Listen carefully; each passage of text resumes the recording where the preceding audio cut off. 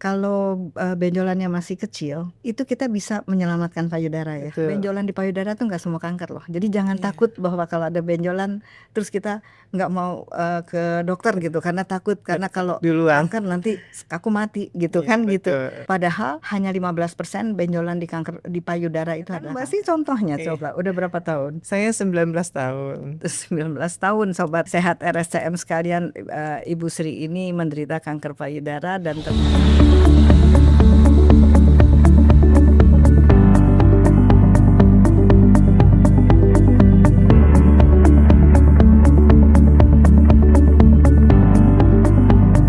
Halo Sobat Sehat RSCM, selamat datang di podcast yang membahas masalah kesehatan dan solusinya. Hari ini bersama saya Sri Firman, seorang penyintas kanker payudara. Topik kali ini sangat dekat dengan keseharian saya, yaitu menghadapi masalah kanker payudara di Indonesia. Sudah hadir bersama kita narasumber yang sangat ahli di bidang onkologi radiasi dan tata laksana kanker. Profesor Dr. Suhartati Agondo Wiharjo, spesialis onkologi radiasi konsultan. Apa kabar, Prof? Apa kabar Mbak Sri? Halo, apa kabar sobat sehat RSCM sekalian? Prof Tati, hari ini kita akan membahas lebih dalam tentang tantangan apa saja yang dihadapi masyarakat Indonesia terkait dengan kanker payudara ini, serta bagaimana kita bisa bersama-sama memberikan solusi, harapan, dan semangat bagi para penyintas maupun keluarganya. Kebetulan ya Mbak ya, ini kan bulan breast cancer awareness di Betul, dunia kan, iya. jadi memang kita bincang-bincang sobat sehat RSCM sekalian untuk mengingatkan kita akan bagaimana sih A to Z dari kanker payudara ini gitu kan ya. Setuju Barangkali sekali, Prof. Nah, sebagai seorang yang pernah menjalani pengobatan kanker payudara, saya tahu betul betapa beratnya perjalanan itu, Prof. Nah, mungkin Prof bisa jelaskan seberapa besar masalah kanker payudara di Indonesia ini, Prof. Baik, terima kasih Mbak Sri. Rasanya kita udah tahu sama-sama ya bahwa kanker payudara itu kanker yang terbanyak di Indonesia saat ini. Kalau dilihat bahwa 1,4 per 1000 pasien kanker, jadi pasien kanker di Indonesia itu kurang lebih 1,4 per 1000. 16%-nya itu adalah kanker payudara. Jadi kalau misalnya kira-kira 400.000 kasarnya aja angka kejadian kanker baru di Indonesia, itu kurang lebih 64.000 itu adalah kanker payudara. Nah, sekarang masalahnya apa? Masalahnya adalah sebenarnya kan kanker payudara itu di permukaan ya. Yeah. Sebenarnya bisa diraba ya kalau kita rajin ya. Tapi kan harus ada awareness. Jadi awareness masyarakat untuk bagaimana bukan hanya menemukan benjolan, tapi juga bagaimana mencegah atau mengurangi kemungkinan seseorang terkena kanker payudara. Dan juga yang kedua adalah bagaimana kita menemukan secara dini. Kanker payudara adalah sebenarnya kanker yang harusnya bisa lebih mudah ditemukan karena adanya tadi saya katakan adanya di permukaan. Ya. Apa coba Mbak yang paling gampang dikerjakan sendiri? Diraba. Sadari.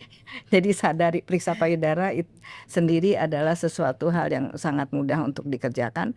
Nah, masalahnya sekarang kalau ketemu ada benjolan, apa yang harus dilakukan kan gitu kan? Tentunya setelah itu adalah harus memeriksakan diri ke dokter. Nah, jadi kalau ditanya masalahnya apa, kenapa kanker payudara di Indonesia ini terus meningkat? Itu adalah tentunya terkait dengan pola hidup. Kita tahu bahwa 43% dari kanker itu akan diturunkan bebannya adalah hanya dengan pola hidup sehat, itu satu.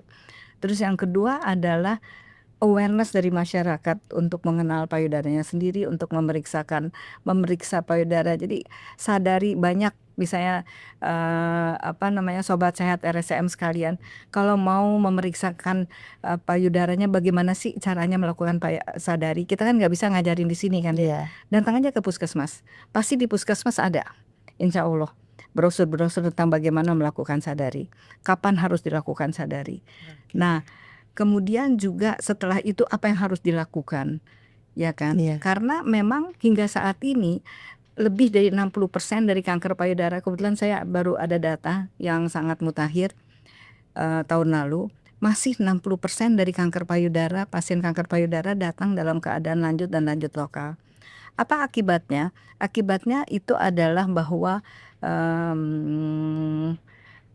pengobatannya menjadi lebih mahal karena bukan hanya kita ketahui bahwa tonggak utama dari pengobatan kanker payudara kan adalah pembedahan, kemudian sistemik terapi, apakah kemoterapi, hormonal terapi, targeted terapi, dan juga radioterapi, tentunya bidang saya. Nah, tentunya semakin lanjut kanker payudara itu ditemukan, semakin complicated pengobatannya, semakin banyak memerlukan modalitas pengobatan. Makanya Mbak Sri tadi bilang kan, berat banget ngobatin kanker payudara, bolak-balik ke rumah sakit, periksa darah, periksa ronsen, periksa dan sebagainya. Nah, seperti itulah kenapa sekarang masalah kanker payudara itu besar di Indonesia. Betul. Jadi memang jadi PR kita semua ya. Semua bagaimana meningkatkan awareness masyarakat, yang juga bagaimana meningkatkan awareness tenaga kesehatan di perifer untuk menemukan kanker payudara lebih dini, dan yang ketiga adalah bagaimana meningkatkan awareness seorang wanita yang ada benjolan di payudara untuk segera memeriksakan diri, karena harus kita ketahui bahwa benjolan di payudara tuh nggak semua kanker loh. Jadi jangan takut bahwa kalau ada benjolan terus kita nggak mau ke dokter gitu karena takut, karena kalau kanker nanti aku mati gitu kan gitu. Padahal hanya 15% benjolan di payudara itu adalah kanker. Dan kalau diobati lebih cepat maka kesembuhan ada di hadapan kita. Akan tetapi kalau tidak diobati, ditunda-tunda pengobatan, maka angka kemungkinan keberhasilan pengobatannya menjadi sangat rendah. Nah, berdasarkan tadi paparan dari Prof ya. Nah, dari websitenya Kemenkes tahun 2025 ini menyebutkan sekitar 400.000 kasus baru kanker terdeteksi setiap tahunnya, Prof. Dengan angka kematian mencapai 240.000 kasus. Nah, banyak nih teman-teman para survivor yang sering bertanya-tanya, kenapa sih jumlah kanker payudara khususnya di Indonesia terus dari tahun ke tahun terus bertambah gitu, Prof. Ya. Tadi kan kita juga sudah katakan bahwa kurang lebih 400.000 angka kejadian kanker baru di Indonesia, di mana 16%-nya itu adalah kanker payudara. Nah, kalau diterjemahkan 16%-nya itu 64.800, 64.000 lah kira-kira. Dan itu angka itu terus meningkat, bukan hanya di Indonesia tapi di seluruh dunia. Kenapa? Kalau ditanya kenapa, ada dua hal. Pertama adalah kita ketahui kanker sangat banyak berhubungan dengan pola hidup sehat. Misalnya mempunyai anak kurang dari 30 tahun, kemudian menyusui, kemudian merokok dan alkohol dan general risk factor untuk terjadinya keganasan. Itu yang harus banyak makan lemak, harus olahraga. Sebenarnya pola hidup sehat menurut WHO itu cuma 3 loh. Yang pertama adalah bersih. Jadi karena salah satu kanker ini kan banyak hubungannya dengan virus. Yang kedua, kontrol berat badan, yaitu dengan olahraga, dengan makan. Dan yang ketiga adalah hindari rokok, baik yang pasif mau apalagi yang aktif gitu, karena dua-duanya lah seperti itu. Jadi sebenarnya kalau kita berusaha untuk melakukan pola hidup sehat, kita akan terhindar kanker. Nah, pertama adalah memang kemungkinannya angka kejadian yang tinggi karena pola hidup sehat tadi. Yang kedua adalah karena awareness masyarakatnya sudah lebih baik. Jadi peduli, datang, kemudian akses kepada pemeriksaan sudah lebih dekat gitu, sehingga masyarakat lebih mudah memeriksakan diri. Jadi angka kejadiannya seakan-akan meningkat gitu. Padahal memang sebelumnya juga tinggi, cuma belum ketahuan gitu. Iya. Jadi jadi bersih, kemudian berat badan gitu ya, sama satu lagi adalah merokok ya, luar biasa. Jadi kita harus mulai awareness dari sekarang. Nah, banyak nih pasien baru, Prof, yang ketika kanker payudara sudah datang ketika sudah stadium lanjut. Sebenarnya mungkin bisa Prof jelaskan kira-kira tanda-tanda apa saja sih yang perlu diwaspadai ketika kita mau merasakan sesuatu di payudara kita, Prof? Baik, terima kasih. Tadi kan kita suka katakan bahwa benjolan itu enggak semuanya kanker, hanya 15-20% benjolan itu kanker. Tapi kanker payudara itu 80% memang dengan benjolan. Iya. Jadi sadari tadi menjadi sangat penting, atau kalau dilakukan oleh petugas kesehatan namanya menjadi sadanis gitu. Kemudian tentunya pertama jadi ada benjolan, kemudian kalau misalnya benjolan itu biasanya enggak sakit. Mbak Sri lebih pintar dari saya kali, Mbak Sri yang pernah tahu. Jadi benjolannya itu kalau masih ngambang di payudara dia nggak sakit, nggak nempel ke atas, nggak nempel ke bawah. Sampai suatu saat mungkin dia akan nempel ke bawah atau dia nempel ke atas. Kalau nempel ke atas biasanya kalau kita melakukan sadari gitu ada daerah kulit yang tertinggal. Dan semakin lanjut lagi maka kulit itu seperti kayak kulit jeruk gitu ya kan. Tentunya semakin lanjut lagi akan ada luka gitu. Pada saat dia sudah melekat atau ke bawah atau ke atas barulah ada rasa sakit. Nah, di samping itu juga seringkali di ketiak ada teraba benjolan. Ada kanker payudara jenis lain yang dari saluran, maka salah satu gejalanya adalah ada nipple discharge. Jadi ada keluar tapi bloody biasanya. Jadi agak kemerahan dari puting payudara. Kalau suka gatal-gatal gitu juga perlu diwaspadai juga. Rasanya enggak. Kalau gatal agak di benjolan itu agak gatal gitu perlu diwaspadai kah, Prof? Rasanya sih tidak kalau gatal, tapi kalau luka ya. luka. Kalau misalnya seringkali kan sering teriritasi sehingga luka gitu ya. Gitu. Nah, jadi intinya adalah kalau ada benjolan atau ada rasa tidak enak, memang agak berbeda benjolan yang ganas dan benjolan yang biasa tumor jinak yang tumor jinak gitu. Kalau misalnya benjolan yang saya agak khawatir, kalau kami sebagai dokter khawatir itu kalau memang benjolannya enggak sulit untuk digerakkan, tapi kadang-kadang juga masih bisa digerakkan, tapi bentuknya itu kayak gunung gitu. Jadi bawahnya lebar. Sedangkan kista gitu biasanya bawahnya mengecil gitu, jadi kayak bulat gitu, keraba gitu. Seperti itu kira-kira. Nah, menurut Prof sendiri nih, tadi kan Prof juga sampaikan bahwa sering banget pasien tuh datang dalam keadaan sudah stadiumnya sudah lanjut. Menurut Prof sendiri penyebab keterlambatan deteksi kanker payudara itu seperti apa?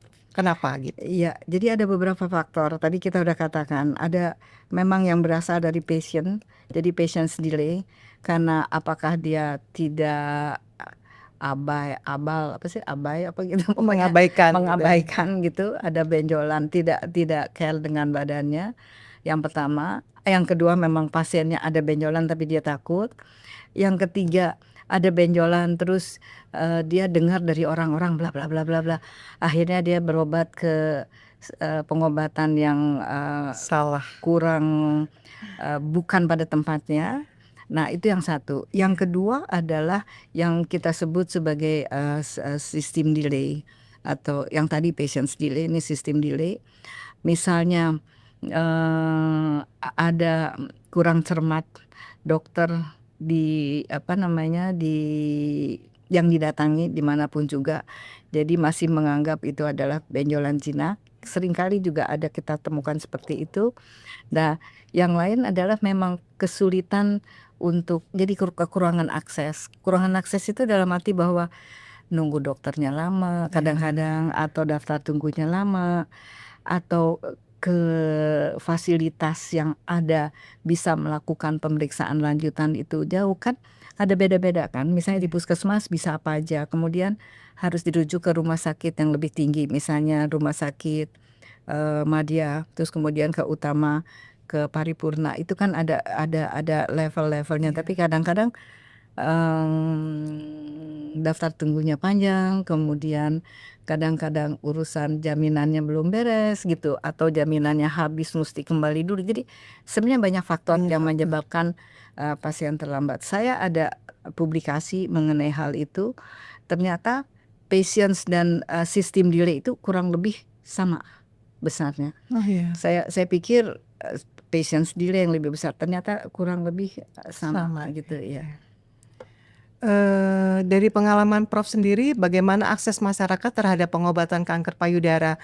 Apakah semuanya bisa ditanggung oleh BPJS, Prof? Ya, sebenarnya kalau ditanya bisa ditanggung tidak, harus bisa. Cuma masalahnya seringkali karena mungkin beban yang terlalu besar sehingga daftar tunggunya agak panjang, atau masalah sistem BPJS-nya yang menunggu lama 3 bulan terus harus kembali lagi ke asal. Kan Mbak Sri juga ngalamin gitu kan. Kita ngomong aja apa adanya gitu loh. Betul. Nah, itulah yang menyebabkan salah satu barrier. Tapi yang tidak boleh kita padahal Mbak Sri kan tahu kan bahwa kalau benjolannya masih kecil, itu kita bisa menyelamatkan payudara ya. Betul. Yang disebut sebagai breast conserving surgery, jadi operasi atau pengobatan menyelamatkan payudara. Tapi kalau begitu sudah lebih besar, waktu itu membuat besar kan. Iya, betul. Nah, itu kesempatan emas itu hilang sehingga seluruh payudaranya harus diangkat, kita harus hilang gitu. Jadi WTS kan, wanita TT1 gitu kan. Wanita tanpa susu. Oh, wanita tanpa susu boleh juga gitu. Nah, seperti itu. Jadi mungkin jadi pada sobat sehat RSCM sekalian, bahwa kalau ada benjolan di payudara, cepat memeriksakan diri ke fasilitas kesehatan atau tenaga medis yang terdekat untuk mengetahui benjolan itu apa gitu kan. Karena kalau lebih cepat kita memeriksakan diri, lebih cepat kita obati, kita bisa menyelamatkan payudara kita dengan keberhasilan pengobatan yang sangat baik. Lagi sekarang ya zamannya sudah modern ya, pengobatan dari kedokteran yang sudah Mbak Sri, barangkali kita ngobrol ini kali jenis-jenis pengobatan kali ya. boleh, Prof. Kan pengobatan sobat sehat RSCM sekalian, pengobatan kanker tuh ada hati-hati. Jadi kalau kita lihat atau dengar di Google dan sebagainya, itu belum tentu bahwa semua pengobatan itu berdasarkan bukti yang disebut sebagai evidence based. Ada pengobatan yang memang tidak ada sama sekali dasar ilmiah, tidak ada dasar rasionalnya. Kita nggak usah sebutin itu apa gitu. Ada juga pengobatan yang ada dasar ilmiahnya tapi belum cukup untuk bisa dikatakan mempunyai based on evidence gitu, dan ada yang memang based on evidence. Jadi sobat sehat RSCM sekalian, di Indonesia ini udah ada loh guidelines atau panduan penanganan kanker payudara nasional, dan di setiap rumah sakit juga udah ada. Nah, jadi di mana sebagai tonggak itu kan pasti 3 ya, ada bedah, ada pemberian obat-obatan, apakah ini sistemik namanya, apakah ini kemo atau hormonal atau targeted, dan ada radioterapi. Di samping itu kita juga sebelum pengobatan ditentukan, kita kan harus tahu stadium kan. Nah, sebelum stadium kita harus tahu PA-nya kan. PA itu tandanya satu-satu dengan biopsi. Sedangkan untuk tahu stadium kita harus tahu kan bahwa bagaimana paru-parunya, bagaimana livernya, bagaimana tulangnya, sehingga seringkali sebelum pengobatan dilakukan banyak pemeriksaan yang harus dilakukan. Jangan bosan sobat sehat RSCM sekalian, karena itu adalah jalan menuju kesembuhan. Dengan kita mengetahui stadium, kita tahu persis pengobatannya apa. Jadi dengan tahu stadium kita jadi lebih dokter juga bisa langsung memutuskan oh ini pengobatannya seperti apa gitu ya. Jadi tetap harus semangat sobat RSCM. Nah, sebagai survivor, Prof, saya merasakan stigma dan rasa takut yang luar biasa saat dulu terdiagnosis. Nah, menurut Prof sendiri bagaimana dampak stigma sosial terhadap pasien kanker payudara?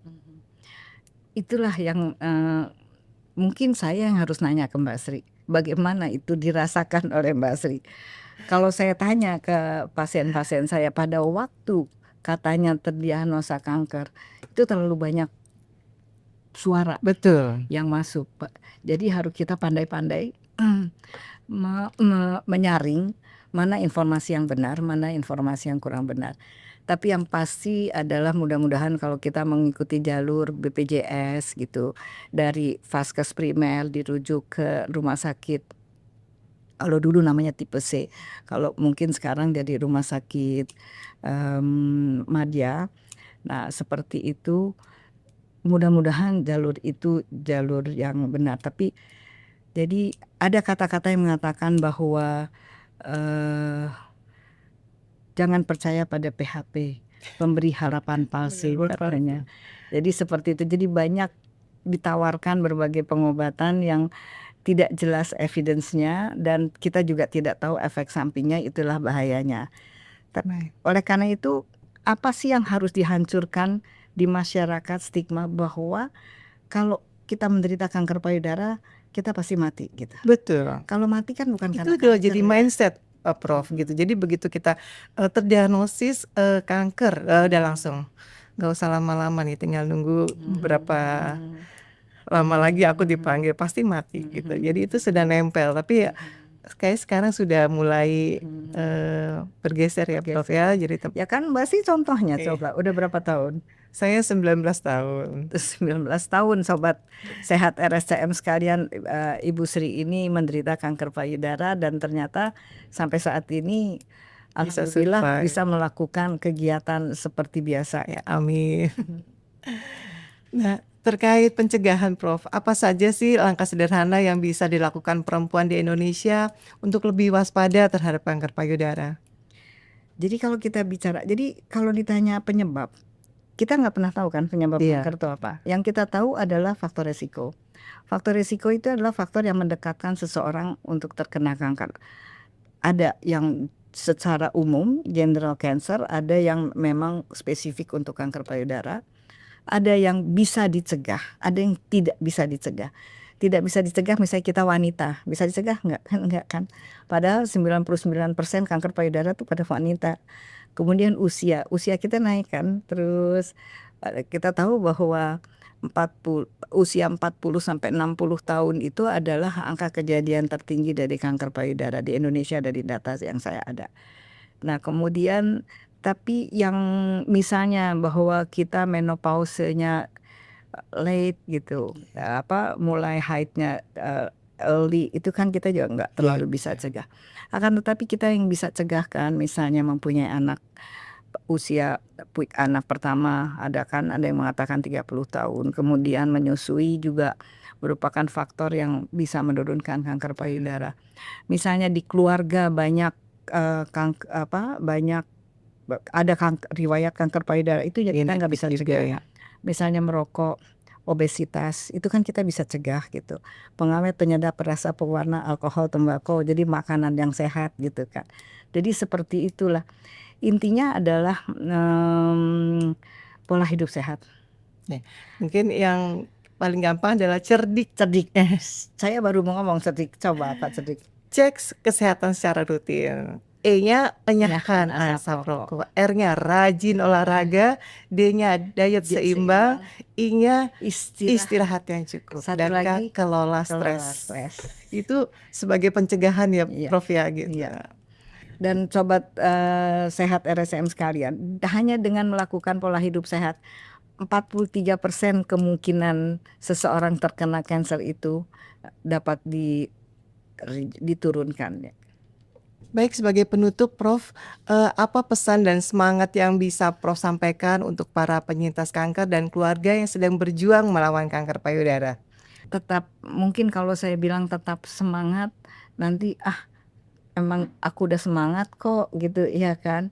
Jadi tapi memang itulah yang dapat kita ungkapkan untuk para penyintas kanker payudara dimanapun juga berada. Ibu-ibu sekalian tidak sendiri. Jadi ada survivors group seperti Mbak Sri ini dari CISC, kemudian ada juga YKPI ya kan, terus kemudian ada Lofting, itu adalah community dari penyintas kanker, di mana Bapak Ibu-ibu sekalian bisa berbagi, tapi tetap semangat ya, tetap sabar menjalani pengobatan. Yang masih sedang berobat, yang sudah selesai berobat, jangan lupa untuk selalu pola hidup sehat dan juga melakukan kontrol. walaupun jangan abai, misalnya sudah 10 tahun, sudah 15 tahun, tetap harus melakukan kontrol karena kanker bisa walaupun kemungkinan kecil tapi tetap bisa datang kapanpun juga. Dan bagi keluarga tetap harus mensupport keluarganya yang menderita kanker tersebut, dengan juga bagi para wanita di dalam keluarga tersebut memeriksakan diri. Barangkali itu, karena kan kalau ada teraba benjolan, jangan takut untuk memeriksakan diri. Tapi kalau buat saya waktu itu memang saya merasakan bergabung di komunitas itu memang sangat-sangat membantu. Karena pada waktu kena itu, Prof, saya merasa saya sendiri. Saya nggak ada yang saya bisa tanya gitu. Ya, saya sendiri. Kenapa marah kan pasti gitu. Tapi begitu kita bergabung dengan komunitas itu terus, oh ternyata ada loh yang usianya bisa survive 5 tahun, bahkan bisa melihat sampai 10 tahun, bahkan lebih. Itu yang membuat lebih semangat gitu. Oh, satu lagi Mbak Sri, mungkin juga bahwa di beberapa rumah sakit sekarang di Jakarta kan, misalnya karena kita dari RSCM, di RSCM, tapi kami juga mendidik teman-teman survivors untuk ada di MRCCC dan juga di Pasar Minggu, bahkan di Rumah Sakit Kanker Darmais yang tergabung dalam Patient Navigator, di mana keberadaan Patient Navigator itu adalah para survivors yang berbaik hati. Salah satunya ini Ibu ini yang akan menemani pasien pada saat menjalani pengobatannya, bahkan juga sesudah pengobatannya, dan membantu menghadapi berbagai macam barrier yang dihadapi untuk dapat pengobatan itu dijalankan dengan baik. Jadi sobat CRSCM jangan takut untuk kita waspada, ada gejala-gejala apa langsung kita berobat ke dokter. Demikian bincang-bincang kita bersama dengan narasumber yang luar biasa hari ini. Kita berharap informasi ini jangan berhenti di Anda. Silakan teruskan kepada keluarga, kerabat, dan sobat sehat semuanya. Sampai jumpa pada podcast berikutnya. Sampai jumpa.